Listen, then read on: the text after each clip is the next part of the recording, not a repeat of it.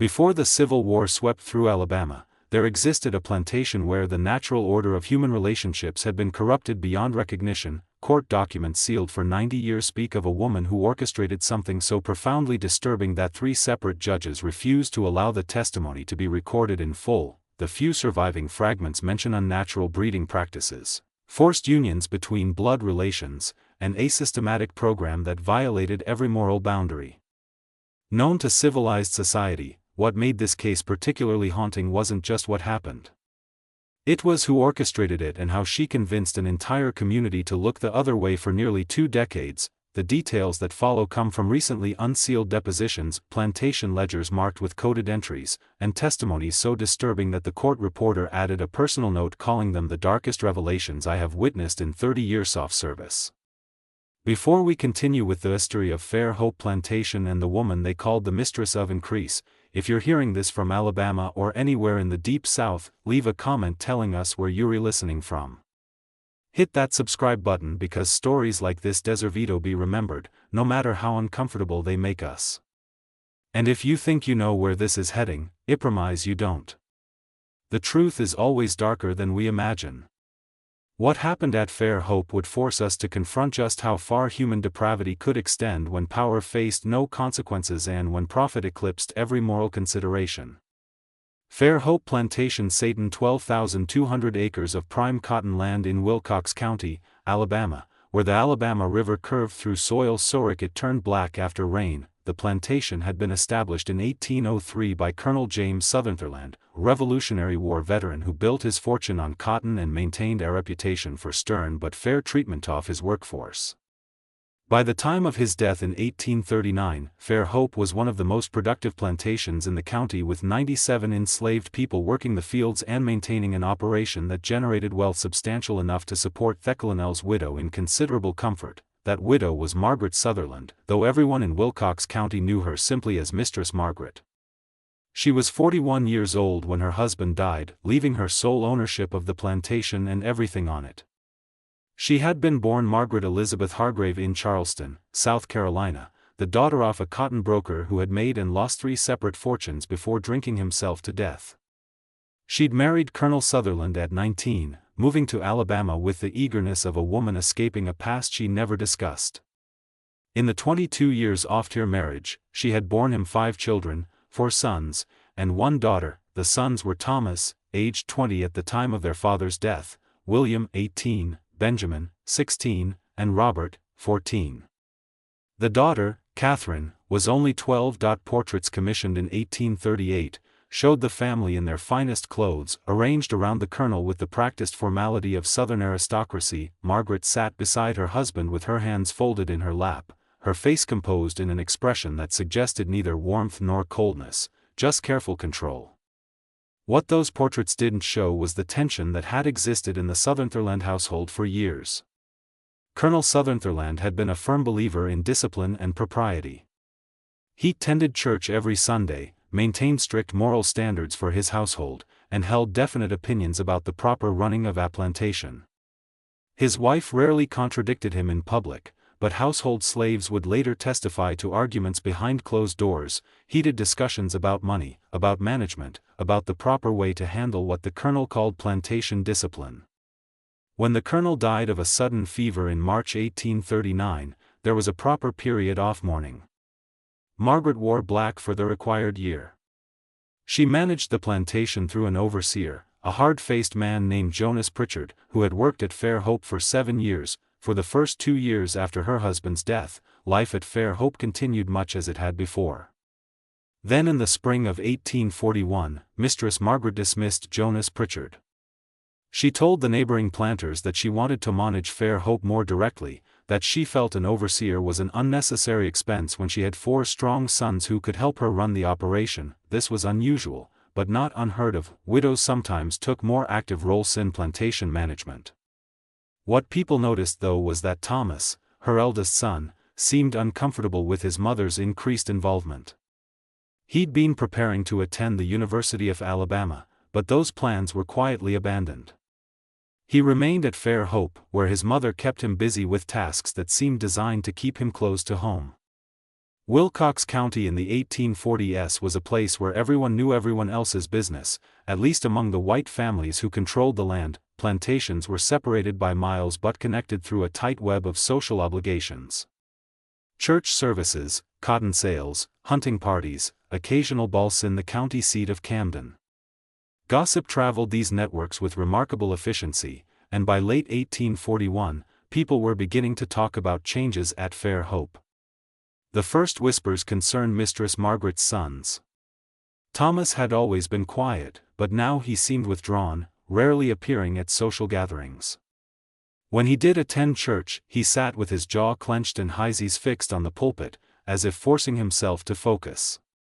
William and Benjamin seemed to follow their older brother's lead, developing a guardedness that neighbors found strange. Only young Robert, still a boy of 15, maintained something of his earlier liveliness, though even he had become more subdued. The second set of whispers was more disturbing. They concerned changes in how Fair Hope managed its enslaved population. In most plantation communities, there was a brutal frankness about the realities of slavery. The buying, selling, and breeding of human beings was discussed with the same casual efficiency as any other agricultural matter. But what Margaret was doing seemed different. She'd begun tracking the women on her plantation with unusual intensity, keeping detailed records of their monthly cycles, their health, their age. She'd separated the youngest and strongest women into a specific quarter away from the main slave cabins. And then there was the matter of the bloodlines. On most plantations, the enslaved population included people of varying complexions, some darker, some lighter, reflecting generations of mixed ancestry in circumstances that ranged from terrible to merely tragic. But at Fair Hope, beginning in 1842, neighbors noticed that the children being born had begun to look remarkably similar to each other and to Mistress Margaret's own sons. Sarah Mlellan, whose plantation bordered Fair Hope to the west, mentioned this observation to her husband after Atchich service. In November 1842, her husband, Robert Mlellan, told her not to repeat such speculation. What happens at Fair Hope is Margaret's business. He said, we don't question how our neighbors run their affairs. This was the unspoken rule of plantation society. You didn't examine too closely what happened behind your neighbor's gates because you didn't want them examining what happened behind yours. The system of slavery created endless opportunities for moral compromise, and survival meant accepting certain hypocrisies. So, when people noticed the light-skinned children appearing at Fair Hope with increasing frequency, when they saw how Mistress Margaret kept her sons close to home and away from eligible young ladies in the county, when they heard rumors of strange arrangements in the slave quarters, they chose not to see. They chose not to ask questions because asking questions might require answers and answers might require action and action might threaten the entire system that kept them comfortable and wealthy. But there were people who couldn't choose not to see. The enslaved people at Fair Hope lived inside the nightmare that others could ignore. Among them was a woman named Rachel, 23 years old in 1842, who had been born at Fair Hope. Rachel worked in the main house as a domestic servant, which meant she saw things that fieldworkers didn't. She saw how Mistress Margaret watched her sons with an intensity that went beyond maternal affection. She saw how the mistress kept ledgers with coded entries, letters, and numbers that seemed to correspond to women in the separated quarters. She saw how young women were called to the main house at night and returned before dawn, sometimes crying, always silent. Rachel couldn't write, but she had a remarkable memory. She remembered faces, dates, conversations. She remembered which women disappeared into the separated quarters and when. She remembered which of Mistress Margaret's sons went where and when. She stored these memories away like a person building evidence for a trial that hadn't happened yet. A trial she couldn't imagine ever happening, but building it anyway because the act of remembering was the only form of resistance available to her. In the summer of 1843, a woman named Dinah was moved into the separated quarters. She was 19, tall and strong from fieldwork with skin the color of polished walnut. The separated quarters housed 8 women by then, ranging in age from 16 to 25. They lived in a single cabin that had been renovated with new timber and a stone hearth. Better conditions than the main slave quarters, which made the other enslaved people resentful and fearful in equal measure. Better conditions meant special purposes meant danger. Dinah had been at Fair Hope since she was 7, purchased along with her mother from a failing plantation in Montgomery. Her mother had died of fever in 1840. Dinah had no family left, which made her vulnerable in ways that even other enslaved people recognized. There was noon to protest if something happened to her. No one whose grief might cause complications. When Dinah was moved to separated quarters, she asked Rachel what it meant. Rachel looked at her with eyes that held both pity and something harder. The kind of knowledge that comes from bearing witness to horror. "It means Mistress got plans for you," Rachel said quietly. They were in the main house kitchen where Rachel was supervising the evening meal preparations. The cook, an older woman named Bess, was kneading dough for tomorrow's bread with steady, rhythmic motions that suggested she was deliberately not listening. "Don't fight it. Fighting makes it worse. Just remember you're still alive. Remember that every day you wake up, you survived another night. Plans?" Dinah's voice was barely a whisper. "What kind of plans?" Rachel glanced at Bess, then back to Dinah. The kitchen was hot from the oven fire, and sweat ran down Rachel's face in steady rivulets, the kind we don't talk about. The kind that make you wish you'd never been born. Pretty. Just do what she tells you. Keep your head down. Maybe you'll survive it. That night, Dinah was called to the main house. Mistress Margaret met her in the parlor, the room where the Colonel's portrait still hung above the fireplace. The mistress was wearing a dark blue dress, her hair pulled back severely, her face composed in that same expression of careful control that the portrait artist had captured years before. "Dinah," she said, and her voice was pleasant, almost warm. "I've been watching you. You're strong, healthy, you come from good stock. Your mother was an excellent worker before she fell ill. I have plans for you. Plans that will ensure you're well taken care of, better than the field workers. Do you understand?" Dinah kept her eyes lowered. "Yes, Mistress." "Look at me." Margaret's voice hardened slightly. When Dinah raised her eyes, she found the mistress studying her with the same intensity that a horse reader might study a promising mare. "You will be given responsibilities, special responsibilities. My son Thomas will explain them to you. You will obey him in all things. You will not discuss these responsibilities with anyone outside the separated quarters. Is that clear?" "Yes, Mistress." "Good. Thomas is waiting in the library. Go to him now." Dinah went to the library, her heart hammering so hard she thought she might faint. Thomas Sutherland was 24 years old that summer, a lean man with his father's shite and his mother's careful control. He stood by the window, looking out at the darkening yard, and didn't turn when Dinah entered. For a long moment, there was only silence. Then Thomas spoke, his voice low and tight. "Close the door." Dinah closed the door. The library was lined with books that the Colonel had collected over the years. Volumes on agricultural science, histories of the Revolution, collections of sermons. A lamp burned on the desk, casting shadows that seemed to move in the corners. "My mother has a system," Thomas said, still not looking at Dinah. "She believes in efficiency, in maximizing value. She's decided that the best way to increase the value of our holdings is to improve the bloodlines. Do you understand what that means?" Dinah didn't trust her voice, so she just shook her head. Thomas finally turned to face her. His expression was difficult to read. Shame and resignation mixed with something that might have been pleading. "It means she wants the children born here to beef mixed blood, more mixed than usual. She believes it makes them more valuable, more intelligent, more capable of skilled work." He paused, swallowing hard. "She's decided that my brother's Andy will contribute to this program." The full horror of what he was describing settled over Dinah like a shroud.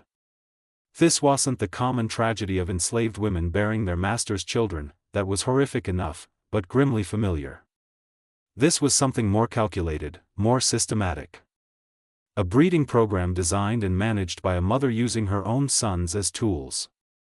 "I'm sorry," Thomas whispered, and he sounded like he meant it. But sorry didn't change anything. Sorry was just a word that comfortable people used when they participated in horror while wishing they didn't have to. You'll stay in this library tonight. In the morning, you'll return to the separated quarters. This will happen regularly until you're with child. Then you'll be moved to a different cabin where you'll be well cared for until the birth. After that, he shrugged helplessly. After that, my mother will decide. Dinina wanted Torin. She wanted to scream.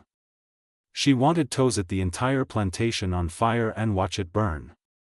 But she was one woman surrounded by armed white men in a county where enslaved people who rebelled were tortured and killed as examples. So she did what Rachel had advised. She survived the night. This was the system that Margaret Sutherland had created at Fairhope Plantation. It was methodical, documented, and hidden in plain sight. The separated quarters held women selected for their youth and health. Margaret's sons, Thomas, William, and Benjamin, were assigned to different women on a rotating schedule that Margaret tracked in her ledger with clinical precision.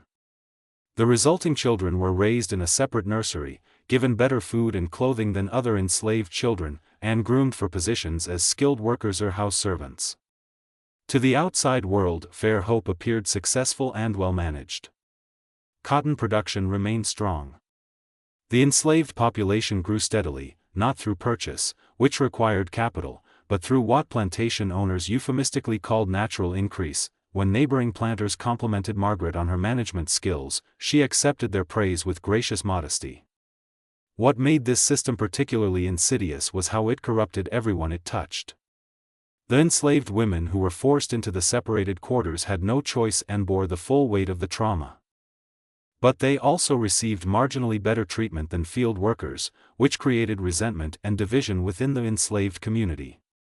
Some women, desperate to escape the brutal work of the cotton fields, actually hoped to be selected, a choice that wasn't really a choice, just a different form of horror. Margaret's sons were also victims of her mother's system, though their suffering was of a different magnitude. Thomas, the eldest, had essentially given up his own life and future. He never married. He rarely left Fairhope. He performed his assigned role in his mother's breeding program with visible reluctance but ultimate compliance. William and Benjamin followed their brother's pattern, becoming extensions of their mother's will. Only young Robert, who turned 18 in 1843, resisted. The conflict between Robert and his mother came to a head in January 1844. Robert had been courting Emily Harrison, the daughter of a neighboring planter. The courtship had been proceeding normally. Sunday visits, chaperoned walks, letters exchanged under proper supervision. Robert seemed genuinely happy for the first time in years. Then Margaret called him into her study. "You will end this courtship with the Harrison girl," she told him flatly. "I need you here. Your brothers need your help with our program." Robert stared at his mother with undisguised revulsion. "Your program? Is that what you call it, Mother? What you're doing is necessary, profitable, and none of your concern." Margaret's voice was ice. "You're 18 years old, Robert. Everything you have, everything you are comes from this plantation. You will do your duty toward his family just as your brothers do." "My brothers are prisoners," Robert said. "You've made them prisoners. You've made all of us prisoners." Even he stopped, seeming to struggle with how to finish the sentence. "Even the women in those quarters. Do you understand what you're doing? Do you even care?" Margaret stood up slowly. She was shorter than her son by several inches, but she had a presence that made her seem larger. "You understand that we're alone in this world, Robert. Your father left us debts that you know nothing about. This plantation was failing. I saved it. I built a system that ensures our survival and our wealth. Do you think the Harrison girl's father would let him marry you if he knew we were on the brink of poverty? Everything I've done for this family, not for me," Robert said quietly. "I won't be part of this. I won't." The argument continued for hours, but Margaret Sutherland had not built her system by accepting defeat. Over the following weeks, she systematically destroyed Robert's courtship with Emily Harrison. She spread subtle gossip about financial difficulties at Fairhope. She had Thomas write to Emily's father, suggesting that Robert was unstable, prone to strange ideas and inappropriate sympathies. By March, the Harrison family had cooled considerably toward the courtship. By April, it was over. Robert sank into a depression that worried even his brothers. He spent his days riding across the plantation, avoiding the separated quarters, avoiding the main house, avoiding everyone. At night, he drank in his room. Whiskey purchased secretly from Camden and smuggled home in saddlebags. The household slaves whispered that they heard him crying sometimes late at night when he thought no one could hear, but someone did hear. Rachel, working in the main house, keeping her careful mental records, heard Robert's grief, and recognized in it a possible ally, not an equal. He was still the master's son, still free, still protected by whiteness and maleness in ways she could never be, but an ally nonetheless. Someone who saw the horror for what it was, someone who suffered from it, even if his suffering was different from hers. So, one night in May 1844, when Robert stumbled into the kitchen looking for food after another day of drinking, Rachel took a calculated risk. She was alone. Bess had gone to bed hours earlier and the rest of the house was quiet. "Master Robert," she said quietly. "I need to tell you something." Robert looked at her with blurry eyes. He was 20 years old and looked 40, his face haggard from drink and despair. "Tell me what, Rachel, about what your mother's doing? The full truth of it, because I don't think you know everything. I don't think your brothers know everything." She paused, her heart racing. If she was wrong about him, I've reported this conversation to his mother, she would be sold or worse. She's keeping records, detailed records, not just of when things happen, but of the children, who their fathers are. She's planning their futures, planning to keep them enslaved, even though your half-siblings, even though your blood. Robert sank into a chair at the kitchen table. "I know. God help me. I know. But do you know she's planning to use them, too? The girls when they're old enough. She's already making lists. I seen the ledger. She plans to have your brothers or maybe even you father children with women who are already your daughters." Rachel's voice was shaking now, but she pushed forward. "That's what's coming, Master Robert. That's the future she's building. Generations of it. Blood mixing with blood until nobody knows who they are anymore. Until the evil just keeps multiplying." Robert put his head in his hands. "Stop. Please stop. I can't stop. You can stop her. You're still free. You can still leave here. You can still tell people. Tell them what." Robert's voice was anguished. "Tell them me mother is breeding slaves with her own sons. Tell them I have children in those quarters. Children I'll never acknowledge. Children who will grow up enslaved, who would believe me. And even if they believed me, who would care? You think other plantations are run by saints? You think what happens here is so different from what happens everywhere else? It's the same evil, Rachel, just more organized, more efficient, more honest about what it really is." He was right, and they both knew it. The system of slavery was built on violence and rape. What Margaret Sutherland had created was merely a more systematic version of what happened in fragments across the South. The difference was in the organization, in the careful record-keeping and the multi-generational planning, but the fundamental evil was the same. Still, Rachel tried once more, then helped them escape the women in the separated quarters. Help them run north. You could. I can't. Mother watches everything. And even if some of them escaped, she'd just select new women, the system would continue. The only way to stop it would be to he stopped looking at Rachel with sudden focus despite the alcohol. To destroy it completely, to burn Fairhope to the ground. They sat in silence after that, two people trapped in different chambers of the same hell, equally powerless despite their vastly different positions. Robert eventually stood and left the kitchen without another word. Rachel waited, trembling for the consequences of her boldness, but none came. Robert never reported their conversation, and life at Fairhope continued its terrible rhythm. By 1845, the system was fully operational and expanding. The separated quarters now held 12 women. Margaret's ledger listed 32 children born as part of her program, ranging in age from newborn to 3 years old. The plantation's overall enslaved population had grown to 143 people, making Fairhope one of the larger operations in Wilcox County. Production remained strong. Financially, Margaret's system was succeeding exactly as she'd planned. But maintaining such a system required constant vigilance and increasing cruelty. Margaret couldn't allow dissent, couldn't allow communication that might expose her operation, couldn't allow any of the women in the separated quarters to form bonds that might lead to collective resistance. So, she rotated them regularly, breaking up friendships. She rewarded compliance with small privileges and punished reluctance with immediate withdrawal of those privileges. She kept them isolated from the broader enslaved community, preventing the formation of any unified response. This isolation was psychological as well as physical.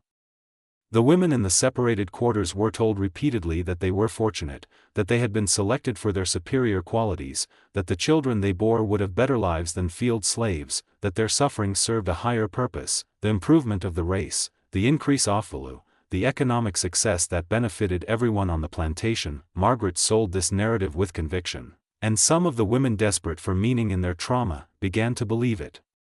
But not all of them.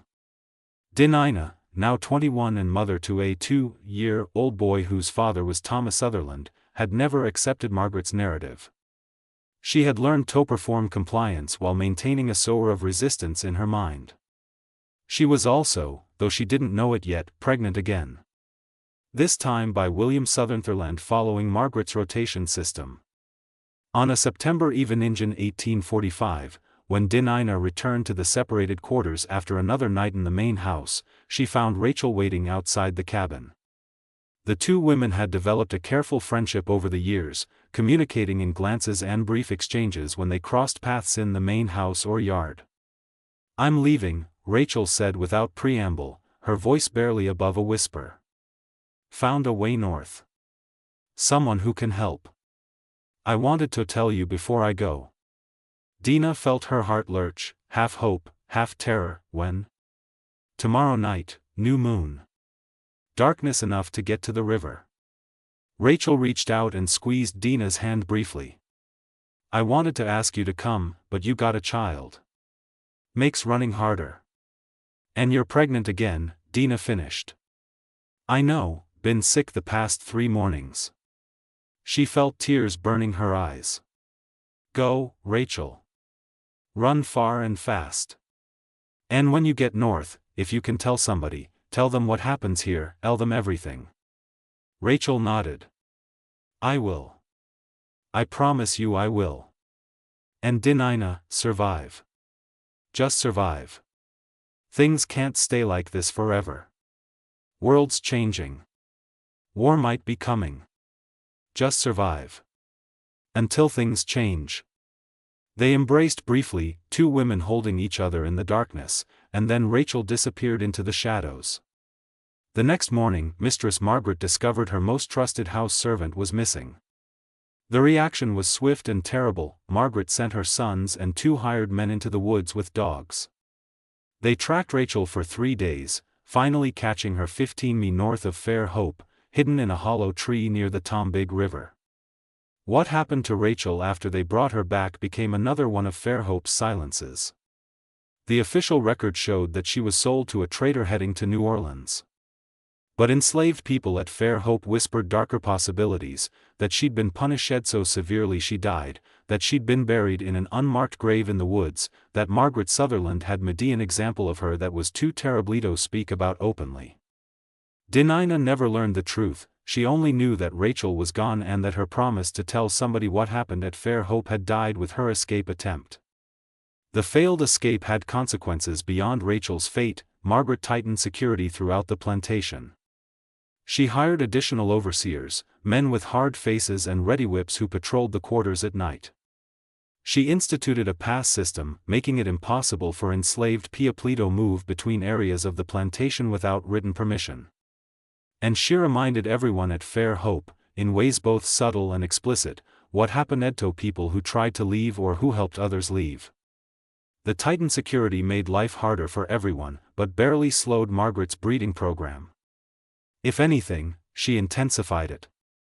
By 1846, the separated quarters held 15 women, and Margaret had begun selecting girls as young as 15 for inclusion. The children from her program numbered 47. She was, by any measure of plantation economics, succeeding brilliantly. Her wealth grew. Her social position in Wilcox County remained secure, and the system she'd created kept running with terrible efficiency, but systems built on violence and secrecy are inherently unstable. They require constant energy to maintain, constant cruelty to enforce, and they create enemies faster than they can suppress them. By 1847, Margaret Sutherland had made enemies of her own sons, of the women she enslaved, and of the growing number of enslaved men at Fair Hope, who watched the separated quarters with helpless rage. She'd built something monstrous, and monsters always devour their creators. Eventually, just when we thought we'd seen the full extent of Margaret Sutherland's carefully constructed nightmare, the system she created at Fair Hope began revealing even darker layers.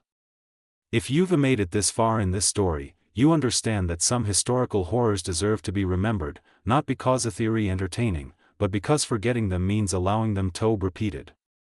Share this video with someone who needs to understand how unchecked power corrupts. Absolutely. Hit that like button to help more people discover these hidden chapters of history. And subscribe so you never miss the dark truths that conventional history books often skip.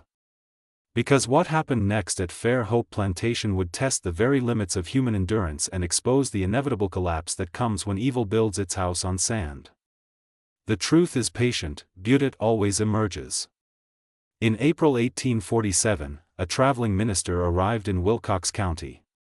His name was Reverend Joshua Hayes, a Presbyterian preacher from Connecticut, who had been traveling through the South for 2 years, conducting revival and preaching the gospel to both white and black congregations where permitted.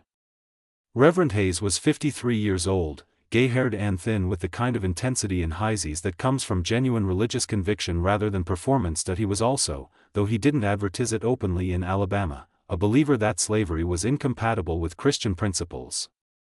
Margaret Sutherland invited Reverend Hayes to conduct services at Fair Hope, as was customary when a respected minister passed through the area. She made the invitation partly from genuine religious observance. She attended church regularly and considered herself a moral woman, and partly from social obligation. Refusing to host a traveling minister would have raised questions among her neighbors. Reverend Hayes arrived at Fair Hope on a Sunday morning in late April. He conducted services in the Plantation Chapel, a simple wooden building that the colonel had constructed years earlier. The white family sat in the front pews. Behind them, in a gallery built for the purpose, sat the enslaved people of Fair Hope, those who were permitted to attend, which was perhaps half the total population. As Reverend Hayes preached about righteousness and judgment, about the accountability that all people would face before God, about how no system built on injustice could stand forever, he noticed something strange. The woman who owned Fair Hope, Mistress Margaret, listened with an expression of serene agreement, but her son sitting beside her looked increasingly uncomfortable, and in the gallery, several young women watched him with expressions that seemed to plead for something beyond salvation. They looked haunted in a way that went beyond the normal grief of enslavement. They looked like people who had witnessed horrors that exceeded even the considerable horrors of their situation. After the service, Margaret invited Reverend Hayes to dinner. It was a formal meal served by enslaved people in the dining room where the colonel's portrait still presided over the table. The conversation was pleasant and proper. Margaret spoke about her late husband, about the challenges of managing a plantation alone, about her pride in her son's help with the operation. Thomas, William, and Benjamin contributed little to the conversation, answering direct questions with brief responses and otherwise staying silent. Robert wasn't there. He'd left Fair Hope 3 weeks earlier, according to his mother's explanation, to visit relatives in Mobile. Margaret mentioned this casually, as if his absence was routine and unremarkable. But Reverend Hayes noticed how Thomas flinched slightly when his younger brother was mentioned, and how Margaret's voice hardened almost imperceptibly when she spoke Robert's name. After dinner, as was customary, Reverend Hayes was offered the opportunity to conduct an informal prayer service for the enslaved people of the plantation. Margaret gave her permission with gracious condescension, and one of the enslaved men led the minister to the larger of the slave quarters. Not the separated quarters, Hayes noted, but a different set of cabins closer to the fields. About 40 people gathered as dusk settled over the plantation. They sang hymns, their voices rising in harmonies that carried pain and hope in equal measure. Reverend Hayes preached briefly about perseverance and faith.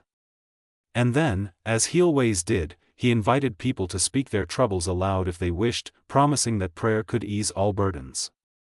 For a long time, no one spoke. Then an older man named Solomon stood up.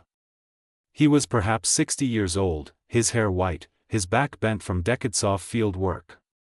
"Reverend," Solomon said carefully, "what do you say about a place where the sins are so deep that even speaking them aloud feels like more sin? Where the evil has gone on so long it's become normal? Where people know what's happening but turn away? Because looking at it directly would burn their eyes." Reverend Hayes studied the old man carefully.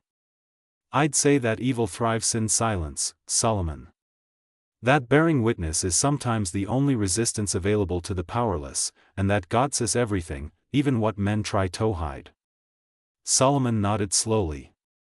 Then he sat down without saying anything more, but a young woman in the back, Hayes didn't learn her name, stood up next. "Reverend, what happens to the children born from forced unions? Are they blessed or cursed? Are they innocent or do they carry the sin of how they were made?" Hayes felt the weight of the question, the theological and moral complexity it contained. "Children are always innocent," he said firmly. "Always. Whatever circumstances brought them into this world, they bear no guilt for it. God knows each child, knows their suffering, knows their worth." He paused. "But those who force such unions, those who treat human beings as breeding stock, those who corrupt the natural bonds between parent and child for profit, they will answer for it. Before men, if possible, before God, certainly." The young woman sat down. No one else spoke after that, but Hayes felt something in the gathering. A tension, a secret, a shared knowledge of something too terrible to speak aloud, even in the relative safety of this informal service. He made a mental note to investigate further if the opportunity arose. The opportunity came the next morning. Hayes was preparing to leave Fair Hope when Thomas Sutherland approached him near the stables. Thomas looked terrible, hollow-eyed and pale, moving with the careful deliberation of someone barely holding themselves together. "Reverend Hayes," Thomas said quietly, glancing around to ensure they were alone. "I need to speak with you privately, not here, somewhere away from the plantation. Can you meet me in Camden tomorrow at the courthouse? I'll be there at noon." Hayes studied the young man carefully. "Are you in danger, son?" Thomas laughed bitterly. "We're all in danger, Reverend. Some of us just recognize it more clearly than others. Will you meet me?" "I will." Thomas nodded and walked away without another word, his shoulders hunched as if carrying an invisible weight. The next day, Reverend Hayes waited at the Wilkes County Courthouse in Camden. It was a Tuesday, and the courthouse square was busy with people conducting weekly business. Merchants, farmers, lawyers, and enslaved people running errands for their owners. At precisely noon, Thomas Sutherland arrived looking even worse than he had the day before. "Thank you for coming," Thomas said. They walked away from the courthouse to a less crowded area near the river. Thomas kept glancing around, nervous and agitated. "Reverend, I need to confess something, not to you as a minister exactly, but to you as a witness, someone who might remember and who might someday testify to what I'm going to tell you." "I'm listening, son." And Thomas told him everything. He described his mother system in clinical detail. The selected women, the breeding program, the careful record-keeping, the children born of planned unions between Margaret's sons and the enslaved women. He explained how it had started small after his father's death and grown into something massive and methodical. He confessed his own participation, his shame, his inability to stop it despite his revulsion. My youngest brother, Robert, refused, Thomas said, his voice breaking. He refused to participate. He tried to leave. Mother wouldn't let him. They argued for months. Finally, 3 weeks ago, he stopped swallowing hard. Robert killed himself, hanged himself in his bedroom. Mother found him. She cut him down and told everyone he'd gone tomobile. We buried him at night in the woods, unmarked grave like he was something shameful. Because to her, his refusal was shameful. His death was proof that he was weak. Reverend Hayes felt sick. Thomas, you need to go to the authorities. You need to what? Thomas's voice was sharp. Report my mother for breeding slaves. That's not illegal, Reverend. It's good business. Report her for forcing her sons to participate. There's no law against that either. She hasn't broken any laws. She's just taken the existing laws to their logical conclusion. The system protects her. The system is her. Then you need to leave, get away from Fair Hope. Start a new life somewhere else. I can't. She controls everything. All the money, all the property. I have nothing except what she gives me. And besides, Thomas looked out at the river, his face twisted with anguish. Besides, those children are my responsibility. My sons and daughters. If I leave, who protects them? Who ensures they're treated well? If I abandon them, aren't I just adding another sin to all the others? Reverend Hayes had no answer for that.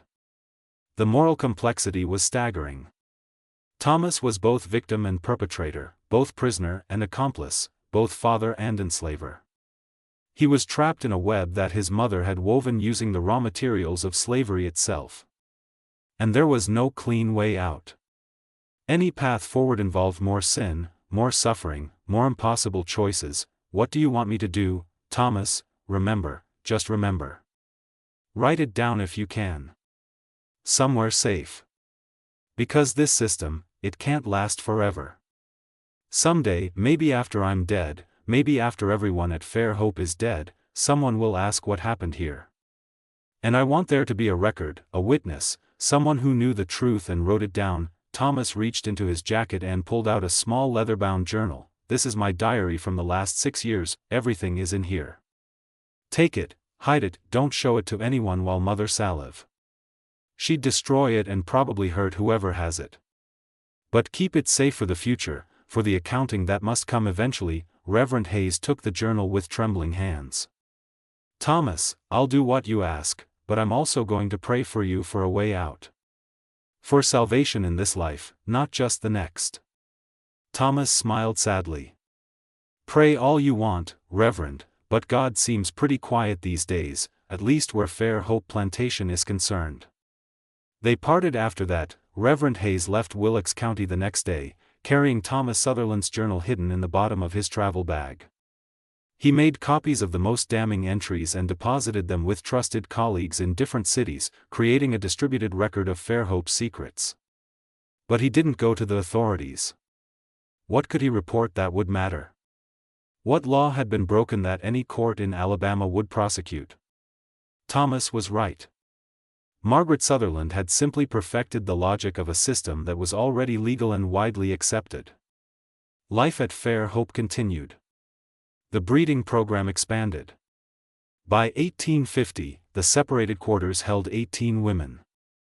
The children from Margaret's program numbered 73. Thomas, William, and Benjamin continued their roles in their mother's system, their resistance long since crushed into numb compliance.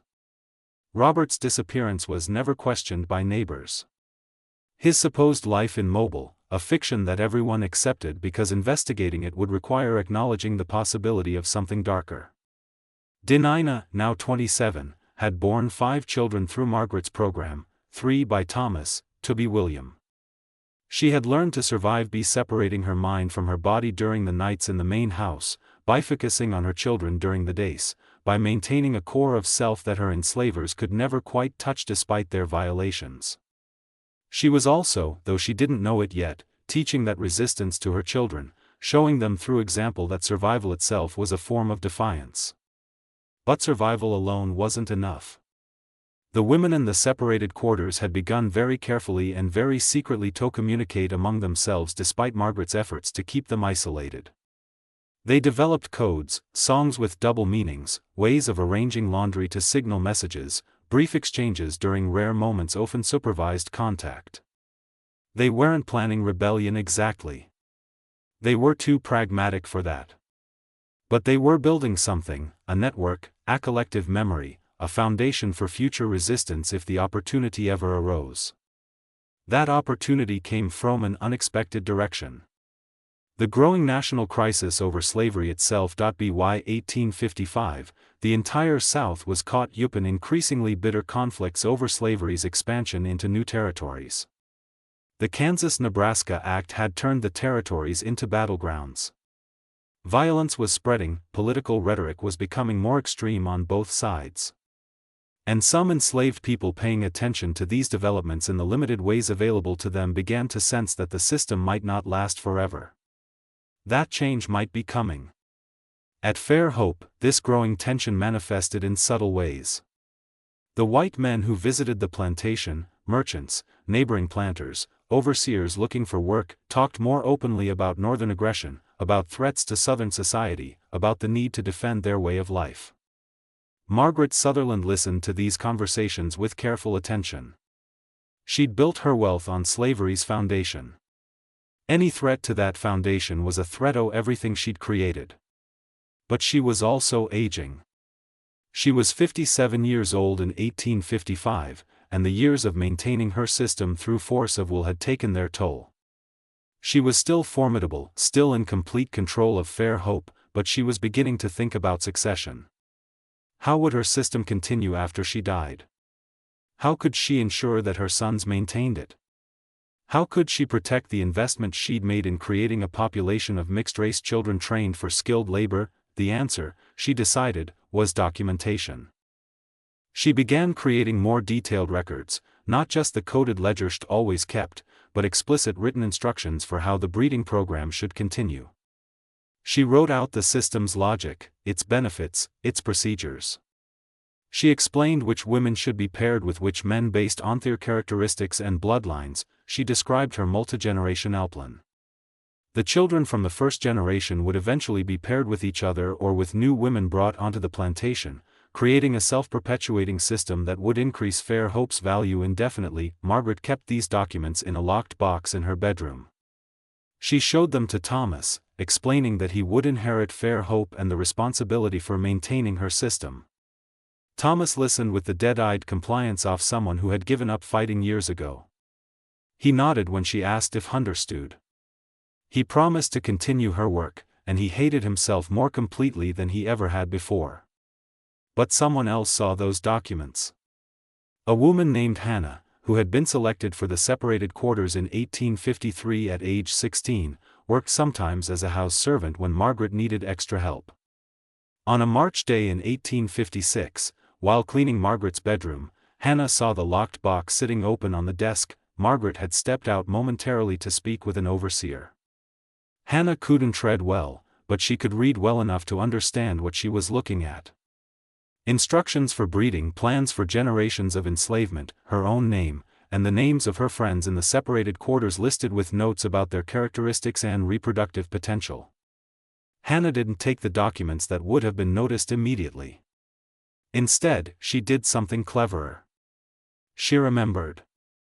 She memorized as much as she could in the brief moments before Margaret returned. And that night, she shared what she'd learned with the other women in the separated quarters. The knowledge of Margaret's written plans changed something fundamental in those women. Before they'd known the system existed, but seeing its multigenerational scope written out explicitly, seeing themselves and their children reduced to breeding stock with calculated futures, crystallized their age in a new way, they began making plans of their own. The plans were modest and practical. They couldn't escape. Security was too tight, and most of them had children they wouldn't abandon. They couldn't rebel openly. The consequences would be swift and fatal, but they could resist in small ways. They could slow down production, they could teach their children to read despite the prohibition. They could maintain their humanity despite every effort to reduce them to mere reproductive capacity, and they could wait for an opportunity. That opportunity came in 1861 when the war finally started. The attack on Fort Sumter in April sent shock waves through Alabama. Men began enlisting in Confederate forces. The careful social order that had kept plantation society functioning began to fray. And at Fairhope, Margaret Sutherland faced her first serious challenge in 20 years. Her sons wanted to enlist. Thomas, William, and Benjamin came to their mother in May 1861 with a unified position. They wanted to fight for the Confederacy. It was, they argued, their duty as Southern men. It was what was expected. Everyone was enlisting, staying home would be shameful. Margaret refused. She needed them at Fairhope to maintain the system. The breeding program couldn't function without them, the war wouldn't last long. Everyone said so, and when it ended, their service to the family would have been more valuable than their service to the Confederacy. The argument that followed was the most serious challenge to Margaret's authority since Robert's Rebellion 15 years earlier. This time, though, Thomas had his brother's support. They were done. The war offered an escape, a purpose beyond the nightmare their mother had created. They would enlist whether she permitted it or not. Faced with this ultimatum, Margaret made a calculation. She could force them to stay, but forced compliance was increasingly difficult to maintain. Asher's sons aged and her own strength waned. Better to let them enlist with her blessing and maintain some influence over them than to have them leave in rebellion. So she agreed, but with conditions: they would return to Fairhope regularly. They would maintain their responsibilities to their children, and they would ensure that the system continued after the war. Thomas, William, and Benjamin agreed to her conditions. In June 1861, all three enlisted in the 10th Alabama Infantry Regiment. They left Fairhope for military service, and for the first time in over 20 years, Margaret Sutherland's system lost its central components. The separated quarters still existed. The women were still there. The children were still being raised according to Margaret's plans. But the men whose participation was essential to the breeding program were gone. Margaret hired overseers to maintain discipline and tried to continue the system using other means. But it wasn't the same. The overseers she hired didn't have the investment in the program that her sons had. They were brutal and efficient, but they lacked the complex emotional investment that had made her sons such effective tools. The system began to deteriorate, and the women in the separated quarters noticed. They noticed the reduced supervision. They noticed Margaret's increasing frustration and desperation. They noticed the war news filtering through the plantation: battles lost and won, territory changing hands, the possibility of Union forces reaching Alabama. They noticed and they waited. The wait lasted 4 years. 4 years of war, of privation, of growing chaos. As the Confederacy collapsed, Thomas Sutherland was killed at Chickamauga in September 1863. William was wounded at Missionary Ridge in November and died of infection 3 weeks later. Only Benjamin survived the war, returning to Fairhope in June 1865, gaunt and traumatized and forever changed by what he'd witnessed. When Benjamin came home, he found Fairhope barely recognizable. Margaret was 67 years old and failing. The plantation was in disarray. The war had ended, slavery had ended. The 13th Amendment had abolished the entire system upon which Margaret had built her empire. The women in the separated quarters were free. The children born through Margaret's program were free. Everyone was free. But freedom was complicated. Where would they go? How would they survive? The infrastructure of slavery was gone, but nothing had replaced it. Most of the formerly enslaved people at Fairhope stayed simply because they had nowhere else to go and no resources to leave. Some became sharecroppers, trading one form of exploitation for another slightly less brutal version. Some left for nearby cities, seeking whatever work they could find. A few headed north, chasing rumors of better opportunities. Dinah stayed. She was 42 years old with 5 surviving children ranging in age from 8 to 20.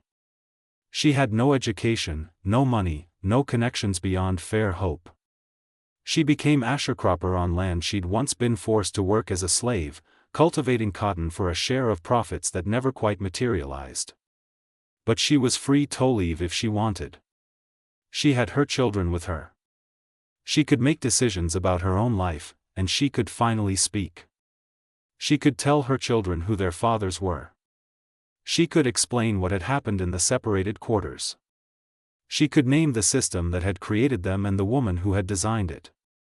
Margaret Sutherland died in November 1865, 6 months after the war ended. She never acknowledged the destruction of her system. She never apologized. She never showed remorse. She died believing she had done what was necessary, that she had been efficient and practical, that history would eventually recognize her genius. She was wrong about that last part. Benjamin inherited fair hope, Booth couldn't maintain it. The plantation economy had collapsed. He had no capital to hire workers and no stomach for the sharecropping system that was replacing slavery. In 1867, he sold Fair Hope to a northern speculator for a fraction off its former value. The buyer subdivided the land and sold parcels to various purchasers, including, ironically, several formerly enslaved families who had saved enough to buy small plots. Benjamin moved to New Orleans, where he died of yellow fever in 1869. He never married. He never spoke publicly about what had happened at Fairhope. The shame consumed him as thoroughly as it had consumed Robert years earlier, just more slowly. The history might have ended there, buried with the people who lived it, except for 3 things. First, Thomas Sutherland's diary still existed.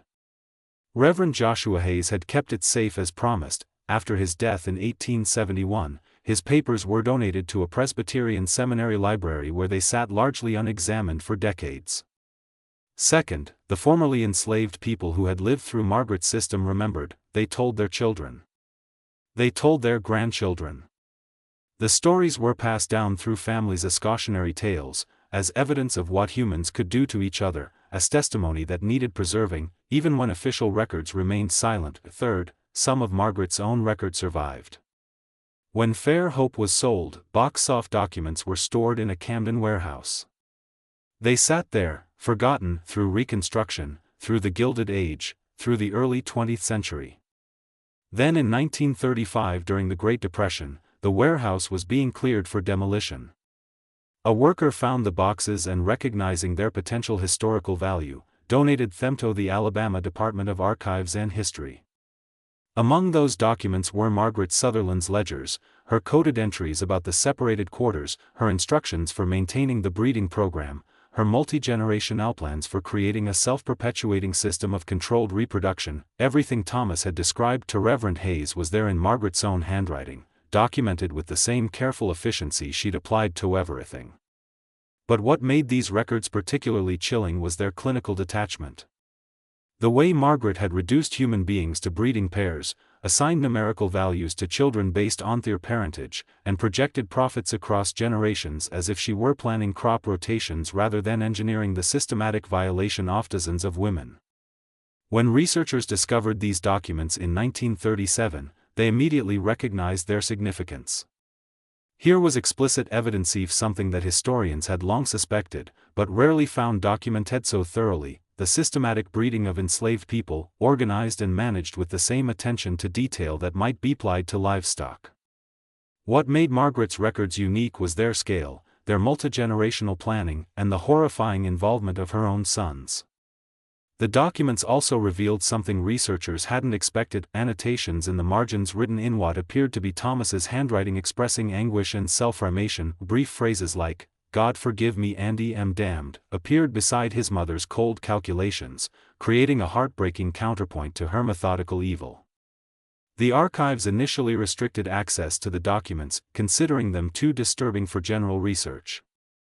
3 separate review committees examined the materials and debated whether they should be preserved at all or destroyed to protect the dignity of the descendants of those who had suffered at Fair Hope. The debates were intense and emotional. Some argued that destruction would compound the crime by erasing evidence of what had happened.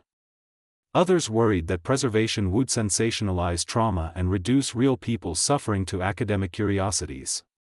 Eventually, a compromise was reached. The documents would be preserved but sealed, accessible only to serious researchers who could demonstrate legitimate scholarly purpose and who agreed to treat the materials with appropriate gravity. They remained sealed until 1947, when a graduate student named Ella Laner Washington, herself a descendant of enslaved people from Alabama, petitioned for access. She argued that understanding such horrors was essential to confronting American history honestly, and that the voices of the victims preserved in depositions and testimony that had been included in the archive boxes deserved to be heard. Her petition was initially denied, then granted after she enlisted support from civil rights organizations and prominent historians who argued that historical truth, however painful, must take precedence over comfortable silence. When Ella Lanina finally accessed the documents, she spent 3 months reading every page, often breaking down in tears, as she encountered the testimony of women like Rachel and Inina, whose words had been recorded during brief legal proceedings in the 1860s when some of the formerly enslaved people at Fair Hope had attempted to claim compensation for their suffering. Ella Laner's dissertation, completed in 1951, was the first comprehensive academic examination of what had happened at Fair Hope Plantation. She titled it "The Arithmetic of Evil Systematic Breeding and the Corruption of Family at an Alabama Plantation 1839-1865." The dissertation was controversial, with some scholars questioning whether such explicit examination of sexual violence was appropriate for academic discourse, but Eleanor persisted, arguing that sanitizing history to make it palatable was itself a form of violence against those who had suffered. Her work slowly entered the historical record, cited by other researchers studying the full scope of slavery's horrors, and gradually the story of Fair Hope Plantation became known beyond the sealed archives where it had been hidden for so long. This mystery shows us something profoundly disturbing about human nature. How easily we can construct elaborate justifications for evil when that evil serves our interests. Margaret Sutherland believed she was being practical, efficient, innovative, taking the logic of slavery to its natural conclusion and maximizing her returns. She never saw herself as a monster, just as a widow doing what was necessary to survive in a difficult world. But the system she created was monstrous precisely because it was so methodical, so planned, so thoroughly integrated into the legal and social structures of her time. What do you think of this story? Do you believe Margaret Sutherland saw herself as a monster, or did she genuinely believe she was just being practical? How do we reckon with historical horrors that were legal in their time, but unconscionable be any moral standard? Leave your thoughts in the comments below. If this story affected you, share it with someone who needs to understand that the full truth of slavery was often worse than we imagine. Subscribe to this channel and hit the notification bell so you never miss stories like this. Stories that challenge us to confront the darkest chapters of American history. Because remembering is the first step toward ensuring such horrors are never repeated. Thank you for listening.